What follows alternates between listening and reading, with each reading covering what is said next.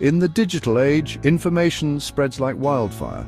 It's a double-edged sword, capable of both illuminating truth and amplifying falsehoods.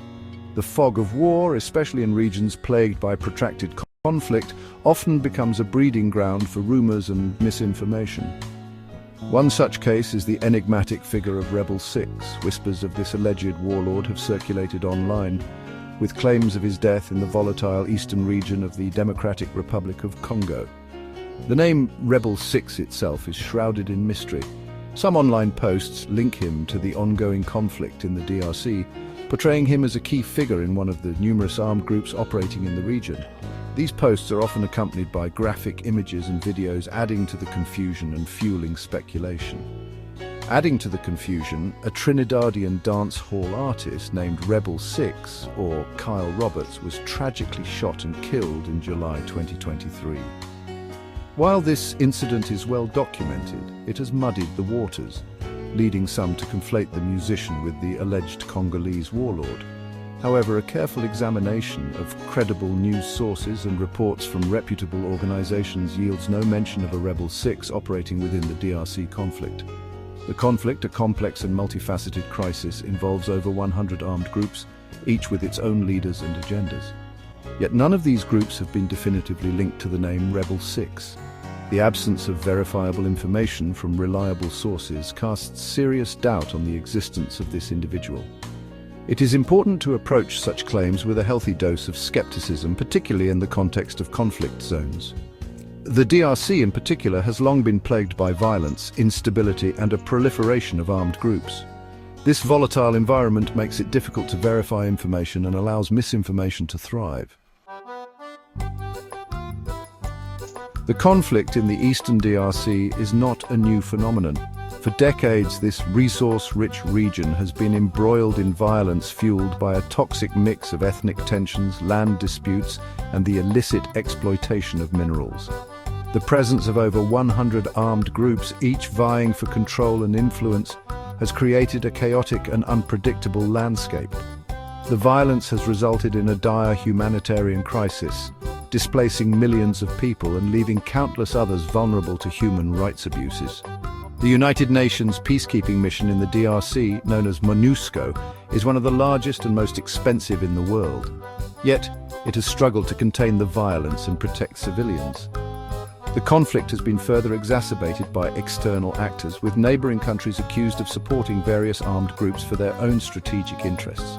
This complex and volatile environment creates fertile ground for misinformation to spread. In the absence of reliable information, rumors and speculation can quickly take root and spread like wildfire, particularly through social media.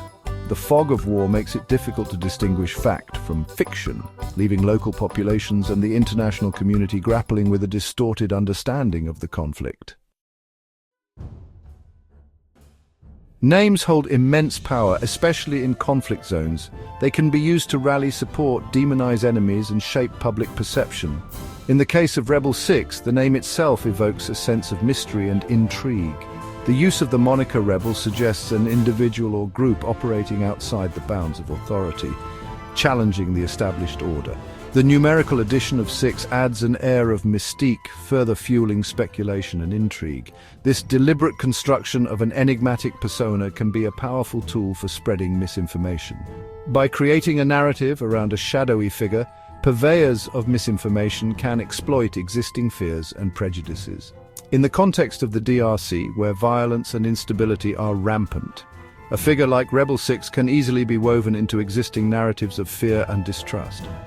Moreover, the spread of misinformation in conflict zones can have real-world consequences. It can exacerbate tensions, incite violence, and hinder peace-building efforts. When people are fed a diet of lies and half-truths, it becomes difficult to foster dialogue, build trust, and work towards reconciliation. In an era of information overload, it is more important than ever to approach information with a critical eye, especially when it comes to conflict zones. The case of Rebel Six serves as a stark reminder of the power of misinformation and the need for responsible reporting.